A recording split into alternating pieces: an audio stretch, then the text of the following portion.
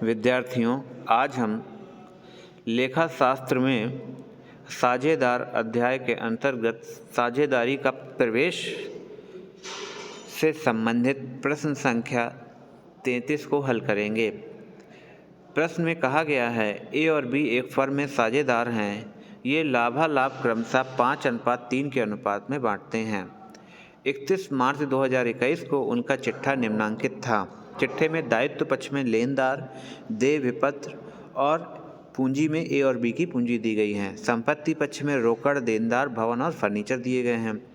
1 अप्रैल 2021 को उन्होंने सी को नया साझेदार बनाया। सी पूंजी के लिए 15,000 और ख्याति के लिए 8,000 रुपये लाता है। यह ख्याति व्यवसाय में ही रहेगी। सी फर्म के भविष्य के लाभों का 1/5 भाग प्राप्त करेगा। यानी कि सी जो नया साझेदार है, इसको भविष्य के लाभ में 1/5 हिस्सा दिया जाएगा। संपत्तियों एवं दायित्वों का पुनर्मूल्यांकन निम्न प्रकार किया गया। भवन का मूल्य 70,000 लगाया गया। फर्नीचर का मूल्य 10% कम पर किया गया। देनदारों पर 5% से अप्राप्त ऋणों का प्रावधान करना है। लेनदारों का मूल्यांकन 28,000 पर किया जाना है। फर्म की पुस्तकों में पुनर्मूल्यांकन खाता, साझेदारों के पूंजी खाते एवं नया चिट्ठा बनाइए। तो जैसा कि इसमें हम प्रश्न को दोबारा समझेंगे कि प्रश्न में ए और बी दो साझेदार हैं जो कि पुराने साझेदार हैं और इनका पुराना लाभ विभाजन अनुपात 5:3 है। 1 अप्रैल 2021 को सी फर्म में नया साझेदार के रूप में शामिल हो रहा है और यह लाभ में 1/5 हिस्सा प्राप्त करने का अधिकारी होगा और सी अपनी पूंजी के 15,000 रुपये और ख्याति के 8,000 रुपये व्यापार में लाता है और यह ख्याति की रकम व्यापार में ही रहेगी। इसका मतलब यह है कि इस ख्याति की रकम को पुराने साझेदारों के पूंजी खातों में ट्रांसफ़र कर दिया जाएगा, क्रेडिट कर दिया जाएगा। और संपत्ति एवं दायित्वों का पुनर्मूल्यांकन जब किया जा रहा है तो भवन का मूल्य 70,000 पर लगाया गया। तो ऊपर टेबल पे देखिए भवन का मूल्य 60,000 है और पुनर्मूल्यांकन के समय 70,000 लगाया गया, यानी कि भवन के मूल्य में 10,000 की वृद्धि हो रही है और संपत्ति में जब वृद्धि होती है तो इसे पुनर्मूल्यांकन खाते के क्रेडिट पक्ष में लिखा जाता है इस वृद्धि की रकम को। देनदारों पर 5% से अप्राप्त ऋणों पर प्रावधान करना है, यानी कि जो भी देनदार हैं उस पर हमें 5% का प्रावधान करना है। तो यह देनदारों में कमी करेगा। देनदार संपत्ति होते हैं और देनदारों पर किया जाने वाला प्रावधान देनदारों पर कमी लाता है, इसलिए इस कमी को पुनर्मूल्यांकन के डेबिट पक्ष में लिखा जाएगा। इसके बाद देखेंगे लेनदारों का मूल्यांकन 28,000 पर किया जाना है। तो देखिए लेनदार ऊपर 30,000 के दिए गए हैं और पुनर्मूल्यांकन के समय लेनदार 28,000 के बचे, यानी कि लेनदार लायबिलिटीज़ होता है और लायबिलिटीज़ जब कम होती है तो उसको रीवैल्यूएशन के क्रेडिट में लिखते हैं। लायबिलिटीज़ जब कम होती है तो उसे रीवैल्यूएशन के क्रेडिट में लिखते हैं। लायबिलिटीज़ जब बढ़ती है तो उसे रीवैल्यूएशन के डेबिट में लिखते हैं। जबकि संपत्ति का नियम उल्टा चलता है। संपत्ति जब बढ़ती है तो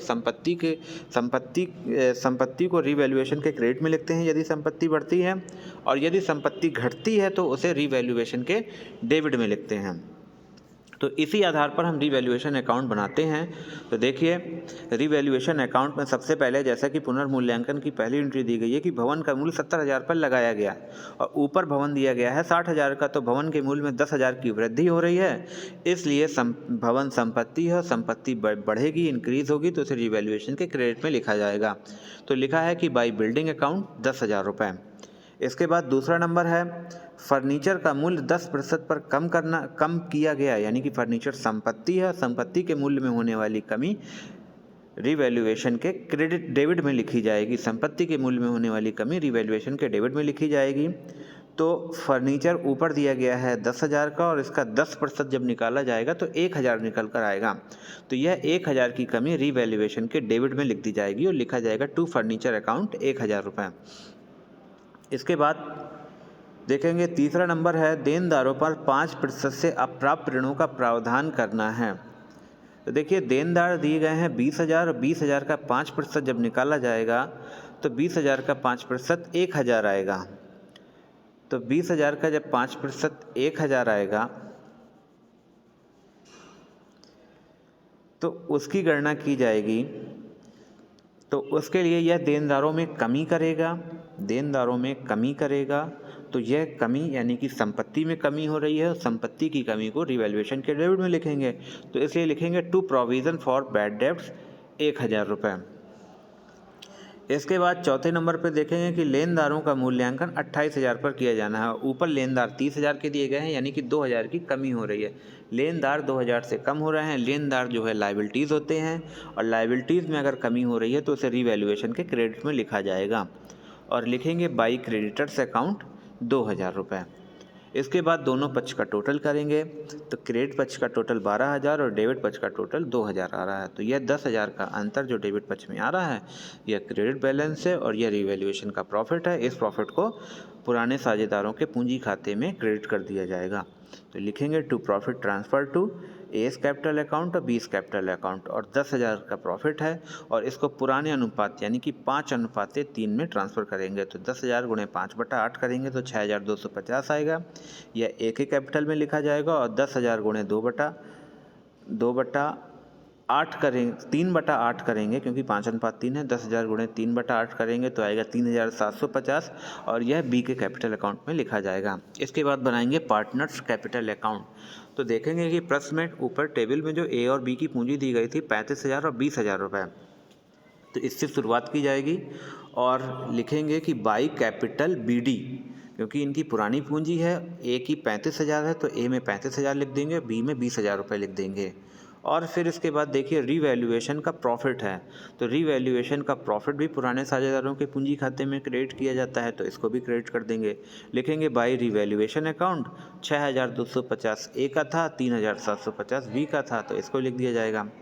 इसके बाद जो नया साझेदार है वह ख्याति के 8,000 रुपये ला रहा है, तो इस ख्याति की रकम को भी पुराने साझेदारों के पूंजी खाते में उनके पुराने लाभ विभाजन अनुपात यानी कि 5:3 में क्रेडिट कर दिया जाएगा, बांट दिया जाएगा। तो 8,000 का 5:3 यानी कि 8,000 गुणे 5/8 करेंगे तो 5,000 आएगा और 8,000 गुणे 3/8 करेंगे तो 3,000 आएगा। तो 5,000 लिखेंगे बाई गुडविल अकाउंट, ए में 5,000 और बी में 3,000। इसके बाद देखिए जो नया साझेदार सी है वह कैपिटल का कितना ला रहा है, कैपिटल के 15,000 रुपये ला रहा है, तो वो उसी के पूंजी खाते में क्रेडिट कर दिए जाएंगे। तो लिखेंगे बाई कैश अकाउंट 15,000 रुपये, क्योंकि जब इसकी एंट्री बनेगी, अगर ये कैपिटल का पैसा लेकर आ रहा है तो एंट्री बनेगी cash account DR to C's capital account, तो उसी के आधार पर बाई कैश अकाउंट यहाँ पर लिखा गया है और 15,000 रुपये सी के कैपिटल में क्रेडिट कर दिए गए हैं। और दोनों तरफ का टोटल करेंगे तो क्रेडिट पक्ष का टोटल तो आ जाएगा, लेकिन डेबिट पक्ष में कोई एंट्री नहीं है, तो इसलिए जो भी क्रेडिट पक्ष का टोटल है वही अमाउंट बैलेंस के रूप में डेबिट पक्ष में लिख दिया जाएगा और लिख देंगे टू बैलेंस CD। और जैसे कि ए का टोटल है 46,250 तो 46,250 लिख देंगे। बी का टोटल है 26,750 तो 26,750 बी में लिख देंगे और 15,000 रुपये सी का टोटल है तो सी के बैलेंस में भी 15,000 रुपये लिख दिया जाएगा और टोटल कर दिया जाएगा। इस प्रकार से पार्टनर्स कैपिटल अकाउंट तो बन गया। अब इसके बाद बनाना है हमें बैलेंस शीट, क्योंकि प्रश्न में कहा गया है कि नया आर्थिक चिट्ठा बनाइए, यानी कि न्यू बैलेंस शीट बनानी है। तो देखिए न्यू बैलेंस शीट कब बनेगी, जिस तिथि पर नया साझेदार आ रहा है।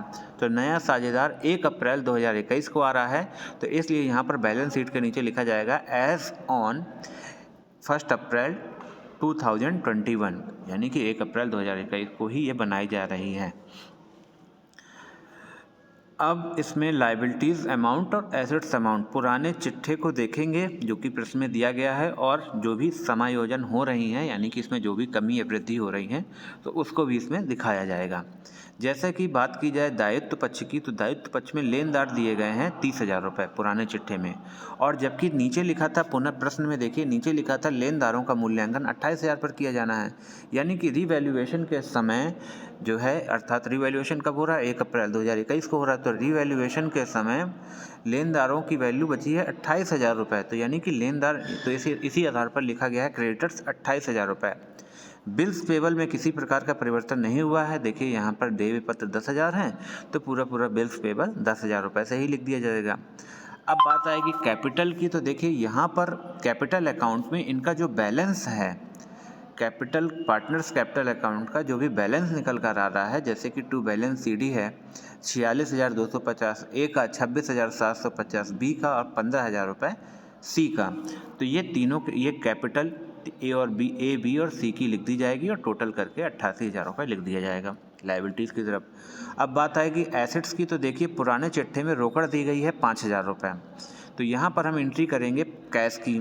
तो 5,000 रुपये तो वो हो गए, और जो नया साझेदार है यह अपने साथ 8,000 रुपये लेकर आ रहा है ख्याति के, और 15,000 रुपये लेकर आ रहा है पूंजी के। तो फर्म के पास कैश के रूप में 5,000 पहले से थे, अब 15,000 ये और 15,000 पूंजी के और 8,000 रुपये ख्याति के ये भी इसमें जोड़ दिए जाएंगे। तो टोटल देखा जाए 1 अप्रैल को फर्म के पास 28,000 रुपये का कैश है। अब डेप्टर्स की बात की जाए तो पुराने चिट्ठे में देनदार 20,000 रुपये के दिए गए हैं, तो डेप्टर्स के 20,000 रुपये अंदर लिखे जाएंगे और फिर पुनर्मूल्यांकन के समय उसमें प्रोविज़न किया गया है। तो देखिए रिवैल्यूएशन अकाउंट में हमने एंट्री की थी to provision for bad debts 1,000, तो यह प्रोविज़न भी इसमें घटा करके ही लिखा जाएगा, क्योंकि 20,000 रुपये के देनदार थे, फर्म को 20,000 रुपये वसूलने थे देनदारों से, लेकिन 1,000 रुपये फर्म को ये लग रहा है कि डूबने की संभावना है। तो अगर 1,000 रुपये फर्म का डूब रहा है तो उसकी भरपाई करने के लिए फर्म क्या कर रही है, प्रोविज़न कर रही है। तो कुल मिला के कंपनी मान के चल रही है कि हमारे देनदार 19,000 के हैं। तो अब इस स्थिति में 19,000 रुपये के ही देनदार लिखे जाएंगे, यानी कि डेप्टर्स में प्रोविज़न को लेस करके ही बची हुई रकम लिखी जाएगी। फिर बिल्डिंग की बात की जाए तो पुराने चिट्ठे में बिल्डिंग 60,000 थी, और जैसा कि इसमें पुनर्मूल्यांकन में नंबर 1 पे दिया गया है कि भवन का मूल्य 70,000 रुपये लगाया गया, यानी कि बिल्डिंग हमारी 10,000 से बढ़ गई, यानी कि टोटल बिल्डिंग कितनी हो गई, 70,000 की हो गई। तो बिल्डिंग 70,000 रुपये लिख दी जाएगी। फर्नीचर पर 10% कम करना था, फर्नीचर 10,000 रुपये का था, 10% इसमें डेप्रिसिएशन चार्ज किया गया, तो 10% घटा करके यानी कि 1,000 रुपये घटा करके जो अमाउंट निकल कर आया 9,000 रुपये निकल कर आया, यह 9,000 रुपये ही लिखे जाएंगे फर्नीचर में, और टोटल कर दिया जाएगा तो दोनों पक्ष का टोटल 1,26,000 आ रहा है। प्रश्न कंप्लीट हो गया।